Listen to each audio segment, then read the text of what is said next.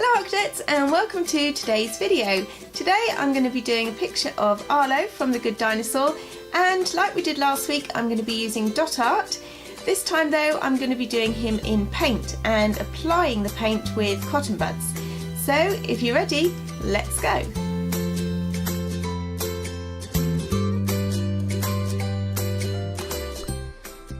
So to start this painting I did a simple outline of Arlo in pencil, just quite faintly on my paper, and then I put some of the colours that I thought I would need in a plate, which you can see me dipping into on the side. And it's important with this technique to start with the lightest colour. So that went down first, and that's just a yellow colour.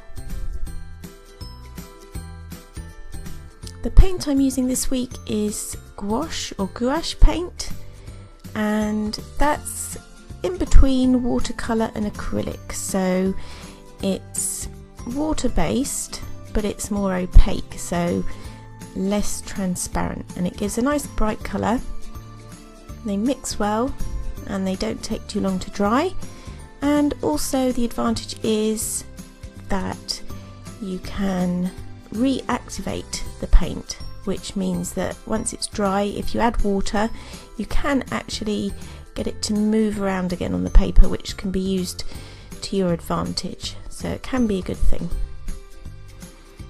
So after I put down the yellow, I then went in with a slightly darker or brown colour, and then followed by a light green and a dark green. So I didn't use any paintbrushes when I was doing this video. I literally just had a little pile of cotton buds to use, and I didn't do any pre-mixing of the paint either, so I just had my paint on my plate, and if I did want to mix any colours together I just used the cotton bud to do that. So this method of dot art is quite flexible, quite easy. You can mix the colours up and you can layer them on top of each other, and there's no real right or wrong, you just go with what you think looks right.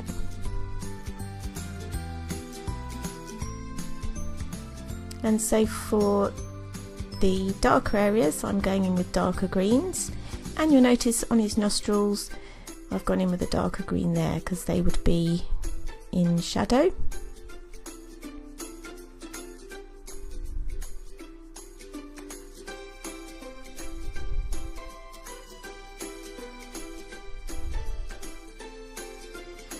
And I did actually use a new cotton bud each time I did a new colour.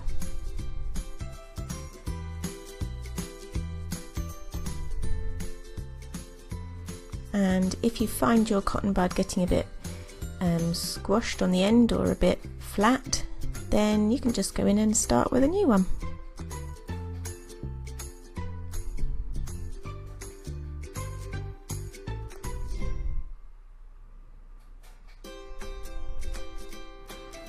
And of course there's no paintbrushes to wash out afterwards.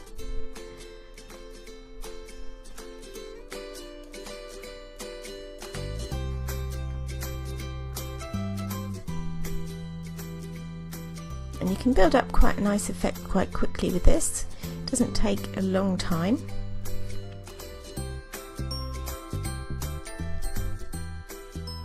And it was really quite fun to do this, I enjoyed doing it.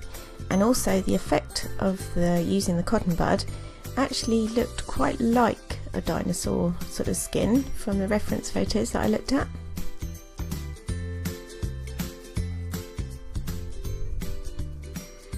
So how is using paint different to markers then? We used the felt tip markers last week to draw Hank, and I thought this week we'd do the technique with the cotton buds, just because it was a bit different, so mixing it up and showing you how you can get different effects with the same technique depending on what tools you're using and what medium you're using, so the difference between felt tips and paint.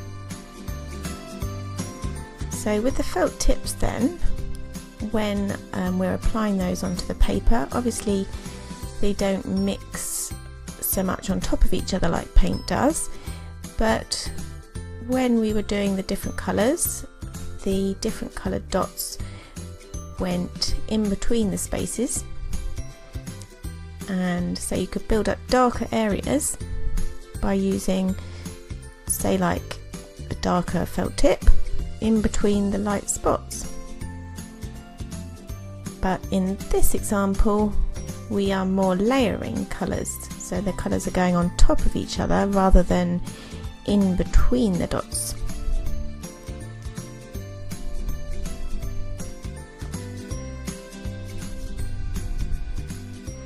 So this gives a bolder picture and a stronger look, but that is why it's important to start with the lighter colours first, because they wouldn't be so bright as if you did it at the end. So if you did the darker colours first, they might not show up as well.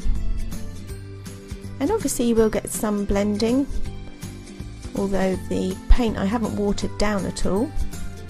I'm just using it neat out of the tube, just to kind of get the brightness of the paints and give a really bold effect. And I think maybe if you started adding water to them, then your cotton buds wouldn't like it very much. But by all means, give it a go.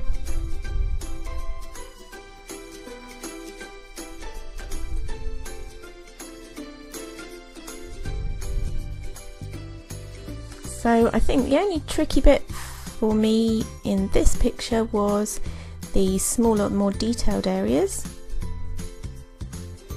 So where now I'm doing in his mouth, obviously to try and get the dots around his teeth without spoiling that was a little bit tricky.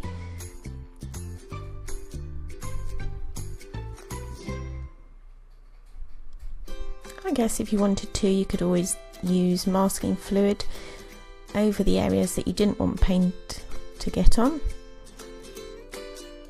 and then just rub it off once it was dry.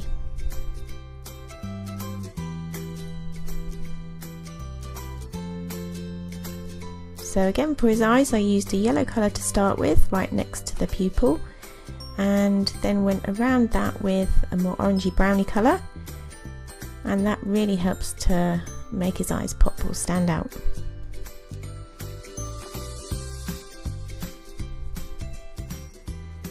To add a little bit of shading to the whites of his eyes, I then went in with grey, just a little bit underneath, to make it look a bit more 3D, but still trying to keep some of that pure white of the paper. Now in this picture I didn't go around the outside of Arlo, so I didn't do the sky or anything like that behind him, which you could do if you wanted to and if you've got time, but I thought I'd just show you the technique, and so didn't do that this time.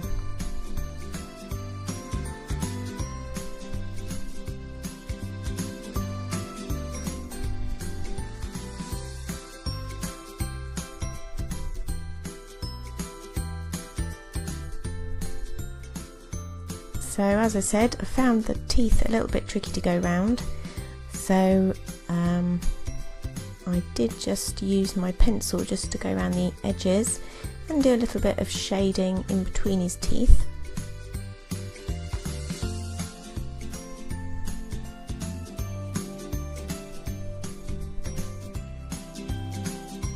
And it's a good idea if you're going to do this just to make sure that your paint is dry.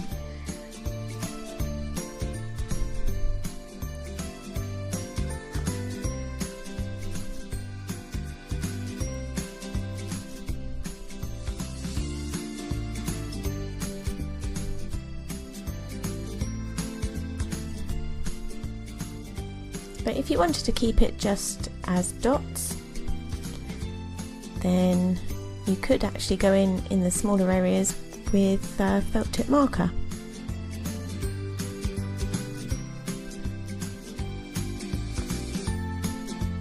Because then you get a finer dot and it keeps it all the same.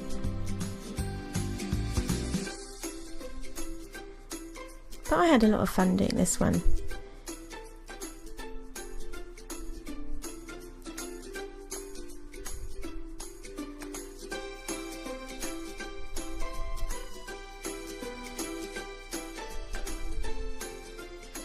So give it a try yourself, see how you get on. And if you don't have cotton buds, then you can use the end of a pencil, or you can use your paintbrushes if you want.